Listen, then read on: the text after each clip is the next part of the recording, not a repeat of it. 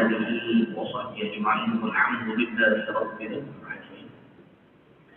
Para jamaah sekalian yang dirahmati Allah Subhanahu wa taala, kaum muslimin muslimat, mukminin mukminat, bapak-bapak ibu-ibu yang dirahmati Allah Subhanahu wa taala, para habaib, para asatid, para orang tua, para tokoh masyarakat, wabil khusus segenap pengurus Masjid Jami' Al-Uswah, yang mudah-mudahan kita semua berkumpul di tempat ini mendapatkan rahmat dan keberkahan dari Allah Subhanahu wa taala. Ada salah satu maqalah dalam kitab Nawaihul Ibad. Ada yang mengatakan ini hadis Nabi Muhammad SAW, ada juga yang mengatakan bukan. Wallahu a'lam, tapi yang jelas maknanya insyaallah manfaat buat kita. Dikatakan bahwasanya alaikum bimujalasatil ulama wastima'i kalamil hukama. Fa inna Allah Ta'ala yuhyil qalbal mayyita binuril hikmah kama yuhyil ardal mayyita bima'il maqar. Artinya hendaknya kalian duduk bersama para ulama dan mendengarkan perkataan para ahli hikmah. Ahli hikmah di sini adalah para orang-orang saleh auliyaillah. Karena sesungguhnya Allah Subhanahu wa taala menghidupkan hati yang mati dengan cahaya ilmu, sebagaimana Allah menghidupkan tanah yang kering, tanah yang tandus dengan air hujan. Nah, pada kesempatan pagi hari ini, insyaallah kita akan membahas salah satu kalam, maqalah atau perkataan dari salah seorang ahli hikmah, salah seorang saleh, salah seorang arif billah, wali min awliyaillah, yang insyaallah dengan perkataan ini mudah-mudahan hati kita dihidupkan oleh Allah Subhanahu wa taala. Qala ahadul hukama, berkata salah satu ahli hikmah, orang saleh, arif billah, wali min awliyaillah, yang dalam kitab tidak disebutkan namanya. Beliau berkata, Inna Allah akhfa khamsan fi khamsin li khamsin. Yang artinya sesungguhnya Allah Subhanahu wa taala menyimpan atau menyembunyikan atau merahasiakan 5 perkara di dalam 5 perkara agar kita melakukan 5 perkara. Jadi ada 5 hal yang Allah sembunyikan dalam 5 hal agar kita melakukan sesuatu ya, dari 5 hal tersebut. Apa aja di antaranya? Al-ula, yang pertama, Inna Allah akhfa sa'at al-ijabati yawm al-jum'ah hatta taltamis as-sa'ati kullaha. Sesungguhnya Allah Subhanahu wa taala menyembunyikan waktu ijabah, waktu dikabulkannya doa pada hari Jumat. Jadi di hari Jumat itu ada satu waktu yang kita nggak tahu di mana Allah meletakkan waktu tersebut, yang mana waktu itu adalah waktu diijabahnya doa-doa kita. Kenapa Allah sembunyikan? Kenapa Nabi nggak kasih tahu di mana letaknya, di mana posisinya? Agar kita betul-betul memanfaatkan waktu di hari Jumat itu, sehingga kita bisa berdoa dan kita mendapatkan waktu ijabah tersebut. Hal ini diberi petunjuk oleh Nabi Muhammad SAW, yang mana Nabi Muhammad bersabda, "Fihi sa'atun la yuwaffiquha 'abdun muslimun wa huwa qa'imun yusalli yas'alu Allah ta'ala syai'an illa a'tahu iyyahu." Ini hadis sahih riwayat Imam Bukhari dan Imam Muslim. Kata Nabi, sesungguhnya pada hari Jumat itu ada satu waktu yang mana tidaklah seorang muslim mendapati waktu tersebut, dan ketika itu dia melaksanakan sholat dan berdoa memohon kepada Allah Subhanahu wa taala, melainkan Allah akan memberikan permohonannya, Allah akan mengijabah ijabah doanya. Nah di sini ulama memiliki beberapa pendapat. Ada yang mengatakan bahwasanya sa'atul ijabah, waktu ijabah itu ada antara ma bainal khutbatain, antara dua khutbah. Ketika orang duduk di atas mimbar, duduk antara dua khutbah, jadi di situ ada sa'atul ijabah. Ada juga yang mengatakan sebagian ulama waktu ijabah pada hari Jumat itu ma bainal 'asri wal maghrib. Ada antara waktu asar dan waktu maghrib. Para ahli tasawuf menyebut waktu tersebut dengan sa'at Fatimiyah. Waktu Fatimiyah, waktu Fatimah. Karena disebutkan bahwasanya Sayyidah Fatimah itu ketika antara waktu asar dan waktu maghrib itu beliau banyak bermunajat, banyak berdoa di situ. Nah, tugas kita apa? Kita berupaya mencari waktu tersebut dan kita berdoa, berharap doa kita diijabah oleh Allah Subhanahu wa taala, terlebih ya hari Jumat di bulan suci Ramadan. Nah, itu Masya Allah.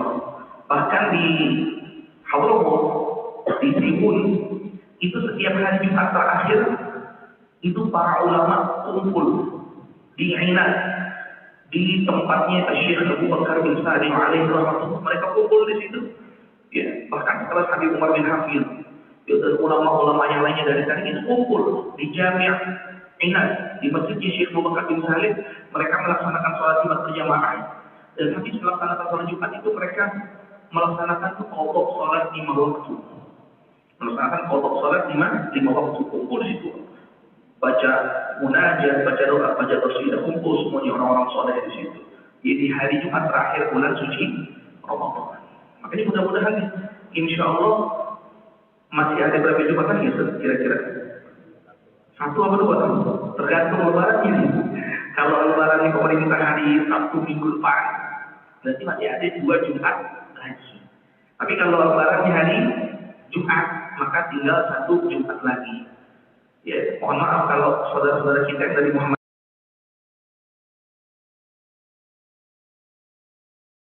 menetapkan lebaran Jumat. Tapi kalau kita masih nunggu sidang Isbat, mudah-mudahan lebaran Sabtu. Jadi masih ada 2 Jumat lagi, insya Allah. Jadi pertama ya, Allah menyembunyikan waktu ijabah di hari Jumat agar kita betul-betul memanfaatkan waktu di hari Jumat untuk bermunajat, berharap doa kita dikabulkan oleh Allah Subhanahu wa taala.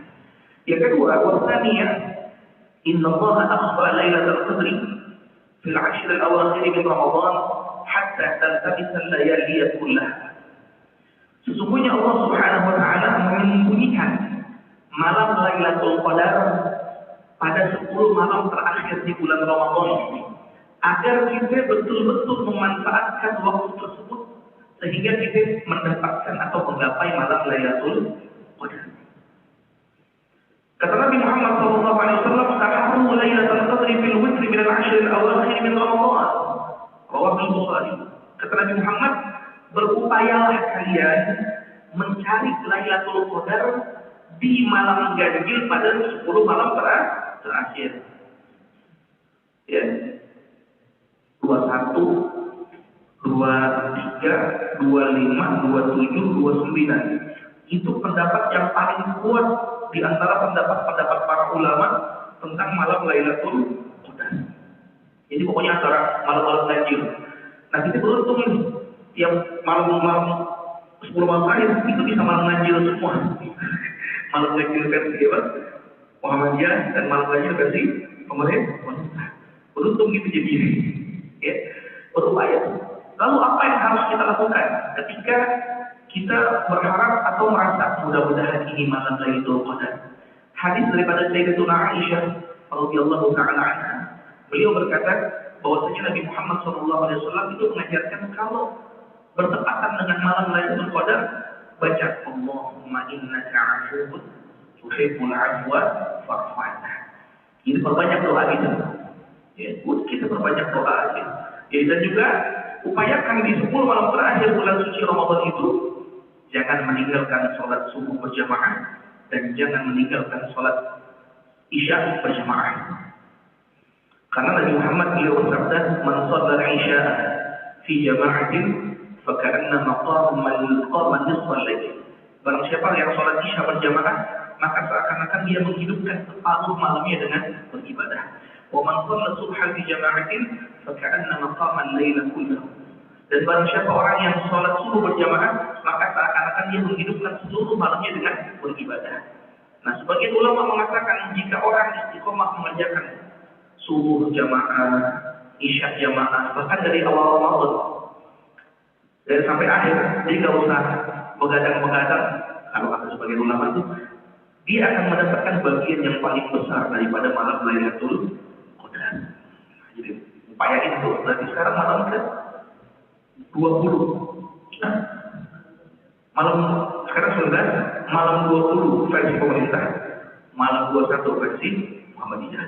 Jadi sama bisa Lailatul Qadar atau besok malam. Jadi gitu ya. Baik, nggak apa-apa. Ya, itu sebuah keuntungan buat kita. Lalu yang ketiga, Inna Allah akhfa ridahu fi ta'atihi fala tahqiranna min at-ta'ati syai'an 'asa an yakuna fiha ridallah. Ya, artinya sesungguhnya Allah Subhanahu wa taala menyembunyikan ridhonya dalam perbuatan taat kepadanya. Maka jangan sekali-sekali kita menganggap remeh perbuatan taat, perbuatan baik sekecil apapun. Karena bisa jadi perbuatan baik, perbuatan taat walaupun kecil, ternyata itu mengandung dan mengundang ridha Allah Subhanahu wa taala. Makanya Nabi sabdakan apa? Fala tahqiranna minal ma'rufi syai'an walau an talqa akhaka biwajhin shadiq. Jangan pernah meremehkan kebaikan sekecil apapun. Jangan pernah meremehkan ketaatan sekecil apapun, walaupun cuma sekedar senyum sama saudara kita. Senyum mengandung ketaatan yang bisa mengundang ridha Allah Subhanahu wa taala. Kita mungkin pernah mendengar bahwasanya Rasulullah pernah bercerita bahwasanya di zaman Bani Israel ada seorang perempuan yang mohon maaf, bukan perempuan baik-baik, yang setiap harinya melakukan dosa, setiap harinya melakukan perbuatan maksiat. Tapi karena melakukan perbuatan kebaikan yang kecil, mungkin sama orang dianggap remeh. Ya elah, begitu doang. Mungkin. Apa? Yaitu memberi makan seekor anjing. Ternyata perbuatan tersebut menjadikan Allah ridha kepadanya.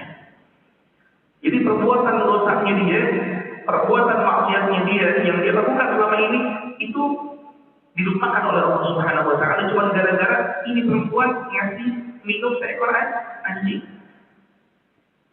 Seekor binatang yang menurut Islam itu najis. Tapi ternyata itu mengandung dan mengundang ridha Allah Subhanahu wa taala. Tapi jangan pernah ngeremehin, mohon maaf, walaupun cuma sedekah 2.000 udah umpamanya 2.000 ya. Ada teman lihat, ya kadang-kadang mohon maaf nih, ada orang suka Islam, kotak amal lewat, gitu. Senggol, masih 2.000 aja. Jangan menurut ini. Bisa jadi ternyata 2.000 kalau ikhlas, apa? Menjadikan Allah ridho kepada kita. Pokoknya jangan anggap remeh, udah ya. Besok mohon maaf nih, Jumat. Cuma bisa ngasih 10.000, nggak usah kayak hamba Allah, sebutin namanya nggak apa-apa. Kadang-kadang kan mohon maaf ya, orang merasa, aduh, nggak bisa berbuat banyak, nggak bisa sedekah banyak, cuma bisa sedekah sedikit. Ya, jadi ketika diumumkan tulisnya apa? Hamba Allah, nggak mau ketahuan malu karena sedikit, tapi nggak usah begitu. Ya, sedikit kalau ikhlas, insya Allah mengundang ridha Allah Subhanahu wa taala. Ar-rabi'ah yang keempat, Inna Allah akhfa ghadabahu fi ma'siyatihi fala tahqiranna min al-ma'asi syai'an 'asa an yakuna fiha sakhatullah. Allah Subhanahu wa taala menyembunyikan murkanya. Allah sembunyikan kemarahannya dalam perbuatan maksiat. Maka jangan pernah meremehkan maksiat sekecil apapun. Allah bahkan Allah Ta'ala berfirman dalam Al-Quran, wa tahsabunahu hayyinan wa huwa 'indallahi wa huwa 'indallahi 'azim. Mereka itu orang-orang kafir menganggap perbuatan tersebut remeh, tapi ternyata amat sangat dahsyat di sisi Allah Subhanahu wa taala. Nah, kebalikan dari tadi, perempuan yang mohon maaf yang tidak baik. Itu juga pernah mendengar Nabi bercerita di zaman Bani Israel ada seorang perempuan abidah, qanidah, ahli ibadah. Tiap hari waktunya dihabiskan untuk ibadah. Tapi dimasukkan oleh Allah Ta'ala ke dalam neraka. Waliyadu bila cuma gara-gara apa?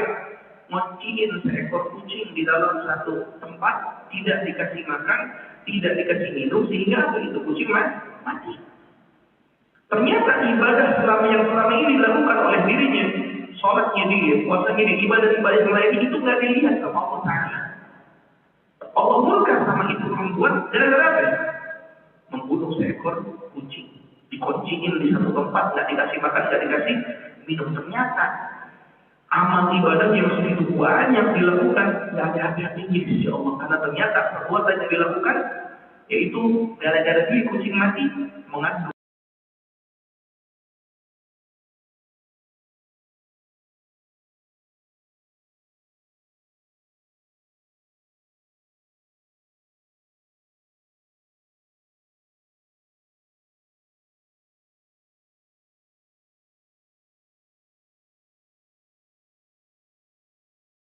murka Allah Subhanahu wa Ta'ala. Gitu. Maksiat sedikit-sedikit lama-lama jadi bukit.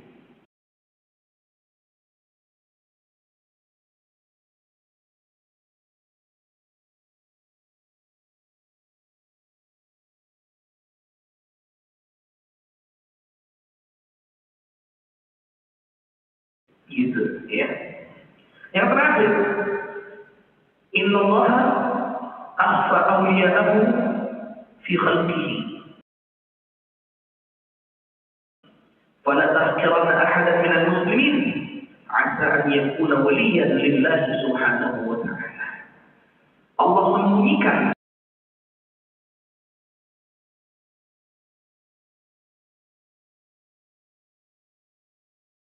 kekasih-kekasihnya, wali-walinya di antara kaum muslimin.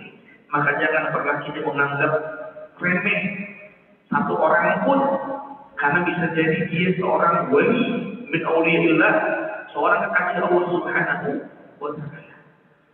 Nabi Muhammad SAW pernah menggambarkan seperti ini. Kata Nabi, rubba ash'ath wa aghbar madfu'un 'ala al-bab law aqsama 'ala Allah la abarrahu. Ada orang, kata Nabi, Ash'ath ini pakaiannya nggak karuan, acak-acakan, albar, tapi albar berdebu. Pokoknya mohon maaf ya, nggak pantas dia pakaiannya kumal dah, pakainya kumal. Ini bajunya jelek, bukan pakaian seorang kiai, seorang syekh, bukan pakaian biasa, pakaian kumal, kecil. Madfu'un 'ala al-bab. Orang-orang pada nggak mau nengok. Ini nggak dianggap sama orang, ditolak dia, datang ke rumah ditolak, datang ke, jadi mohon maaf diusir gitu. Tapi lau aqsama 'ala Allah, kalau dia udah mengatakan la abarrahu, maka Allah akan berbuat baik kepadanya. Artinya ini orang ternyata wali min auliya, inilah dengan pakaian compang-camping, dengan pakaian yang tidak karuannya, ternyata seorang wali min auliya. Dan ini pernah terjadi di zaman Nabi Muhammad Sallallahu Alaihi Wasallam. Salah seorang kibar tabi'in yang bernama Sayyidina Uwais Al-Qarni radhiyallahu ta'ala.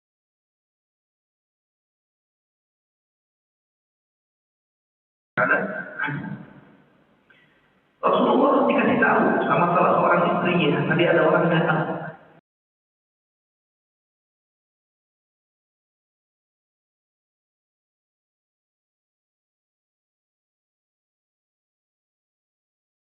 Dia dari Bani Qarn, dari Yaman.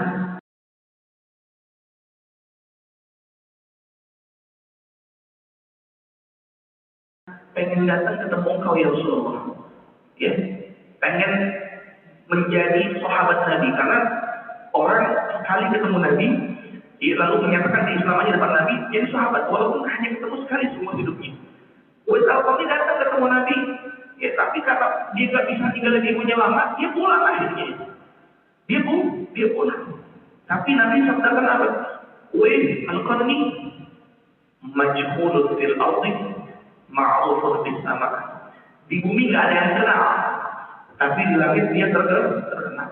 Bahkan sebelum Nabi berpulang ke rahmatullah, ila rafiqil a'la, Nabi pernah wasiat kepada Sayyidina Umar dan Sayyidina Ali. Ya Umar, ya Ali, kalau nanti suatu saat datang kabilah dari Yaman, datang ke sini, ke Madinah, cari seorang yang namanya Uwais Al-Qarni. Itu Uwais orang luar biasa. Di langit banyak yang kenal, di bumi nggak ada yang kenal. Itu Uwais dulu pernah kena penyakit belang. Ya, tapi berkat doa ibunya sembuh itu belangnya. Cuman ada sisa sedikit di dekat telapak tangannya, ya, agar dia bisa ingat bahwasanya dia dulu pernah kena penyakit belang, lalu berkat doa ibunya sembuh. Kalau ketemu Uwais Al-Qarni, cari, minta doa sama dia. Bayangin itu, seorang Amirul Mukminin Sayyidina Umar ibn Khattab, Sayyidina Ali bin Abi Thalib, min al-ashratil mubasysyirin bil jannah, termasuk 10 orang yang dijamin masuk surga. Aminati suruh nyari Uwais Al-Qarni, suruh ngapain? Minta doa. Bayangin, ini tandanya apa ya? Seseorang, mohon maaf, yang bisa jadi dia angkat derajat lebih tinggi, itu la haraj. Jadi tidak jadi masalah minta doa. Ame orang yang mungkin kedudukan lebih rendah kayak kita nih, orang tua umpamanya ada anak kecil, umpamanya nih kita bagi-bagi duit 2.000, doain bapaknya, boleh aja. Jadi menandakan kita boleh minta doa sama siapa. Bahkan mungkin kalau ada pengemis datang ke rumah kita kasih duit, doain saya, nggak jadi masalah. Kan bisa jadi orang yang kita minta doa sama dia, walaupun mungkin dari sisi strata sosial mungkin dia lebih rendah dari kita, umpamanya bisa jadi, wah ada banyak orang, banyak orang sekarang dicari banyak orang. Ditanya, apakah di antara kalian ini banyak orang, ada seorang yang bernama Uwais orang pada mikir tuh, karena nggak ada yang kenal, nggak ada yang kan, kayaknya ada deh, tapi itu di belakang dia ngurus binatang-binatang ternak, ngurusin ontak-ontak dan kuda-kuda itu di belakang.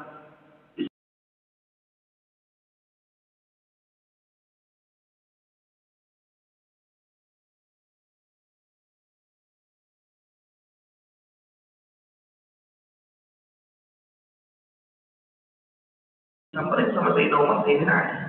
Lihat Sayyidina Uwais Al-Qarni lagi sholat. Selesai sholat, ditanya, Mas Sayyidina Umar, mana anta? Sayyidina Uwais bilang, ana Abdullah.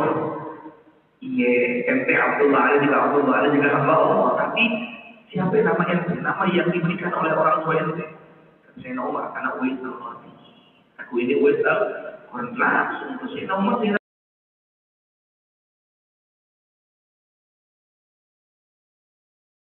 minta doa. Sayyidina Uwais tahu yang datang Amirul Mukminin. Sayyidina Umar, Al-Faruq, yang datang Sayyidina Ali, Babu Madinah Rasul.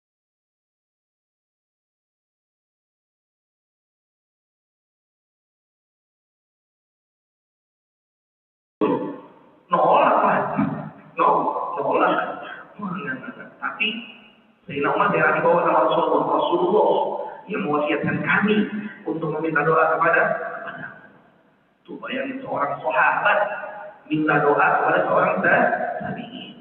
Tapi ternyata tabi'in ini adalah sosok orang yang luar biasa. Makanya jangan pernah kita meremehkan satu orang pun, karena bisa jadi orang itu adalah seorang kekasih Allah Subhanahu wa Ta'ala. Guru kami mengajarkan, seandainya dalam satu hari tiba-tiba ada orang minta duit sama kita. Pertama kali dia tuh minta duit sebelum ada orang lain. Kata guru kami mengatakan, kalau bisa kasih. Apalagi kalau mendatangi semua apa? Seorang pengemis tiba-tiba dia ngetok-ngetok rumah, atau kita lagi di jalan tiba-tiba, Pak, mohon maaf Pak, minta duit Pak, gitu. Kasih. Karena bahwa alam bisa jadi ada kemungkinan ini orang-orang soleh atau seorang wali yang sedang menyembunyikan dirinya, atau bisa jadi di dalam Khadir alaihi itu Nabi Allah Khadir alaihi. Karena dalam cerita itu Nabi Khidir itu sering banget nyaru. Ya, jadi orang-orang yang seperti itu. Nah kita nggak tahu, makanya apa ya, kita cuma bisa husnuzon, cuma bisa baik sangka. Baik kepada jemaah sekalian berkata Allah Subhanahu Wa Taala, mudah-mudahan kata-kata hikmah tadi dari seorang soleh, insya Allah bermanfaat buat kita. Yang pertama,